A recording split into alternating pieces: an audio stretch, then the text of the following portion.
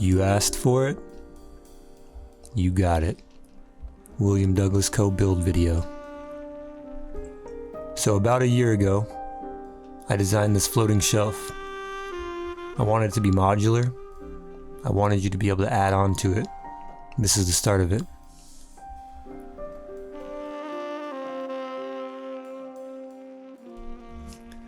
The beauty of this piece really comes from the elegant proportions and the simplicity of the design.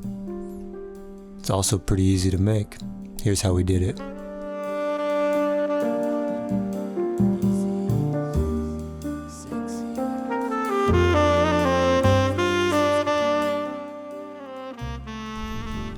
First, I had to mill all of my lumber to size. I used whatever I had laying around, and it really didn't take much.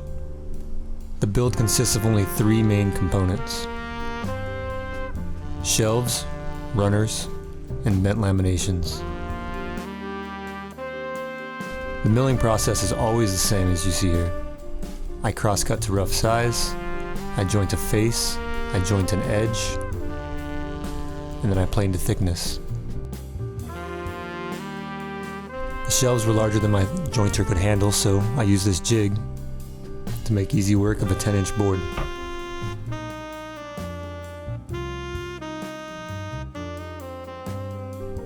Now I need to cut my 1/4-inch strips for the glue lamination. I like to use my bandsaw for this. I'm cutting them longer than I need at about 24 inches.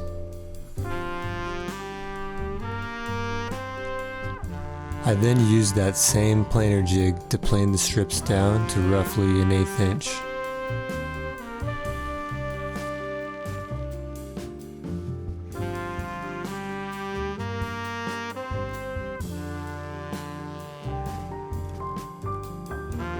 I used our CNC to mill out a jig that I designed to make the glue lamination as easy as possible.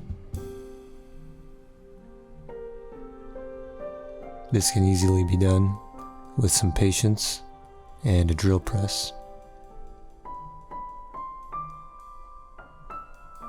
This, what you are seeing here, is simply for alignment when I pull the jig closed. I used polyurethane glue because it has a longer open time. I make sure that I have full contact at every point of the wood and both sides of the wood. I use a quick clamp in the center to pull it almost all the way shut before I finally grab the K-bodies and tighten it all the way down.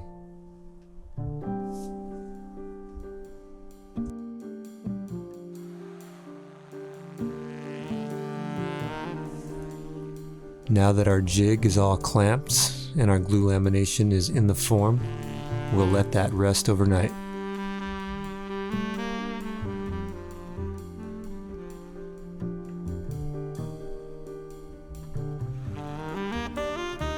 Now I'm using the sled to cross-cut my shelves to final size. There's some knots in these shelves because the boards are pretty wide. It's pretty common. So once I have these cut to final size, I'm going to fill those knots with fiberglass resin. I don't like the amber color, so I like to add a little bit of coffee grounds to make it look a little bit more natural when the resin cures.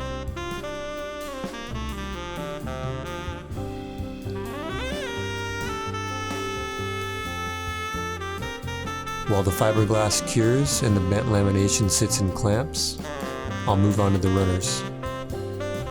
First, I cross-cut them to size, and then I rip them down to 1 inch by 1 inch.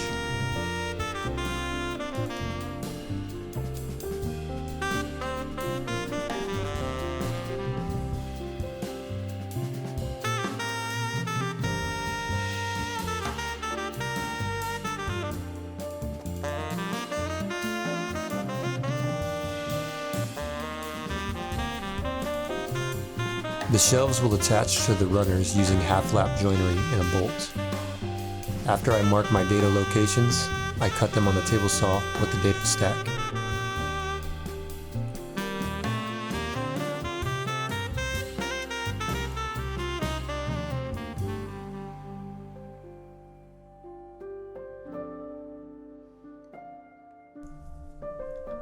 Once the dados are cut into the shelves and the runners, I need to drill holes into the runners and into the back of the shelves.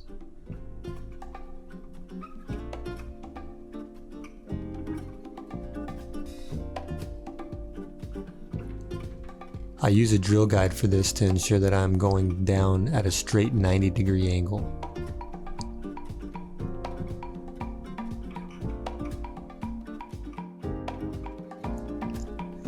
These indexing pins are self-centering. Put one on each side of the piece and turn until they stop you, and it will put you right in the center of your board.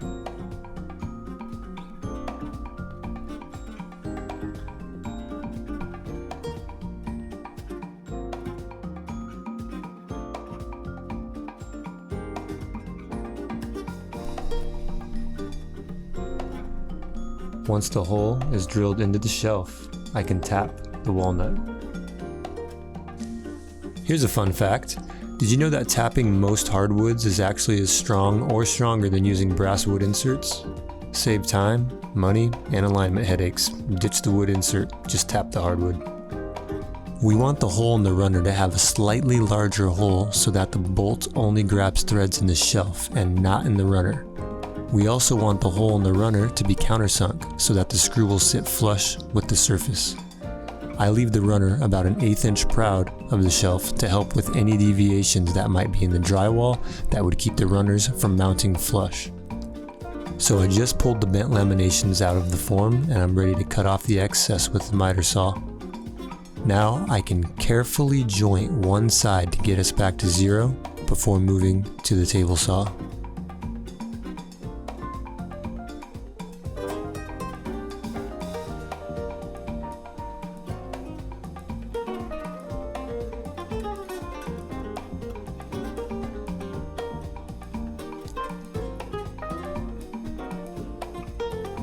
Now this part is a little bit dangerous, I'll admit, so it'd be a good idea to have a friend step in about now and make this cut for you. Now if you don't have any friends, you can mail us your bent laminations and we can cut them and mail them back to you for a small fee, of course.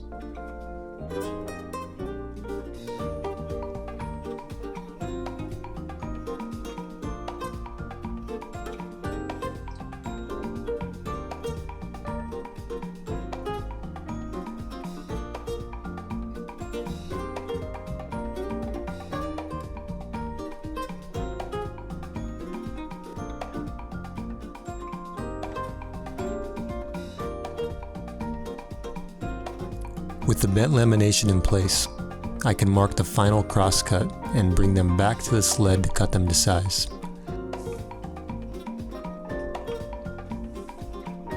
Once I have one cut, I can use it to mark the others.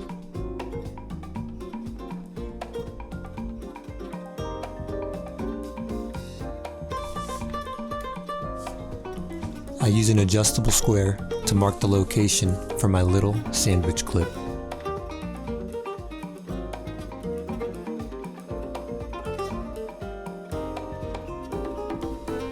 The little sandwich clip gets dadoed into the front of the shelf and needs to be the same width of the bent lamination.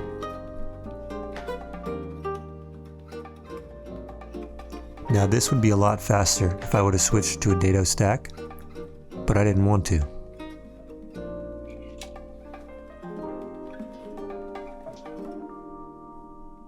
That's how it should fit, nice and tight.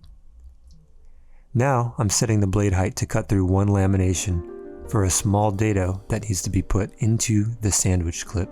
If you're wondering why I call it a sandwich clip, you could probably tell by looking at it.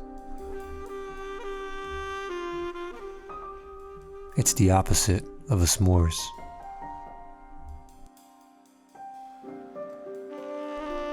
Now I'm going to use this extremely sharp chisel to clean out all of the stuff that was left behind by the table saw. This dado should be clean because it's going to lock in the bent lamination. Once that's done, cross cut to size.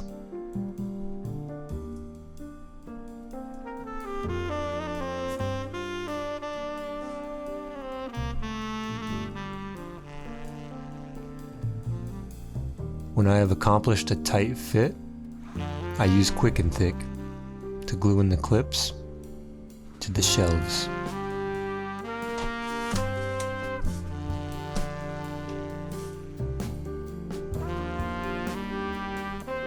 Alright, moving on to a fun part.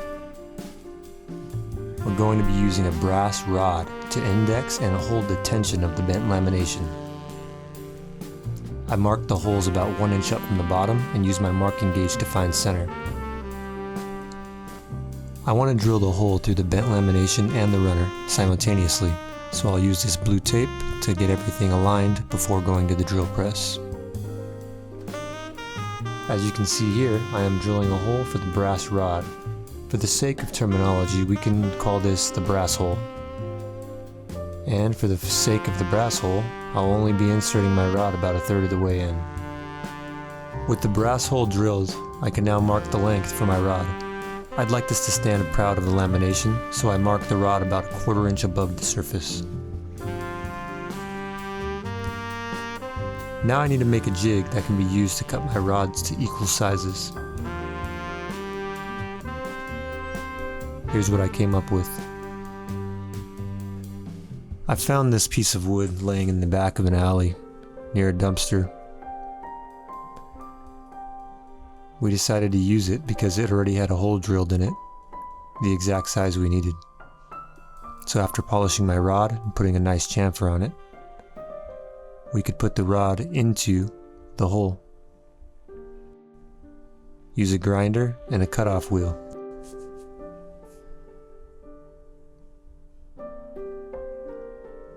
After flush cutting the brass to size, we have a beautiful finished brass rod. Now I just need to do it 3 more times. Now for the finishing details and sanding. My sanding steps are as follows. First, I hit it with some 80 grit on an orbital. After I have established a nice flat surface, I like to put my edge on. Here we're using a 45-degree chamfer plane that's specifically made for chamfering the edge of your wood. I then work my way up through the grits. 120, 180, 220, 320. Finally, I water pop with a damp cloth. Once the project is dry again, I hand sand with the grain with 400 grit. Slow and tedious. Put on some headphones, listen to some smooth jazz. Once that's complete, I use compressed air to blow out all of the grain and mix up my Odie's oil.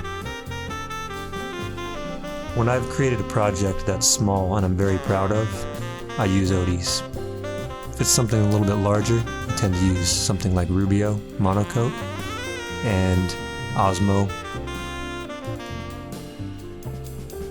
This is a very special project, dear to my heart, so we went with the Odie's oil. Details, details, details. This is another thing that's very time consuming and labor intensive, so you might want to ask a friend or maybe someone who owes you money to take care of this part for you.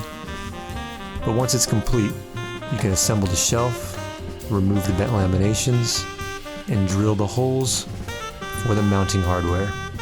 This is a double-stepped hole. The Forstner bit is deep enough to hide the head of the bolt, and the smaller hole takes the shaft of the bolt. We can get the shelf up on the wall, level it out, mark our holes. I decided to go with toggle bolts so that we didn't have to mount our shelf wherever there was a stud. These are very strong. They get the job done. We level out the shelf, run our bolts in, get it all tightened up, and then we have to hide the bolts with our bent lamination.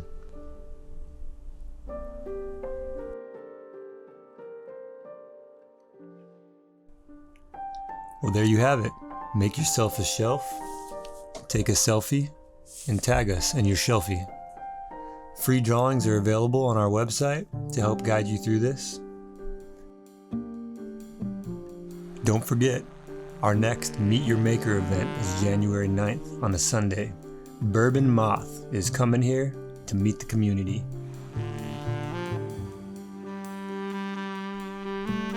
There are several ways for you to feed a starving woodworker.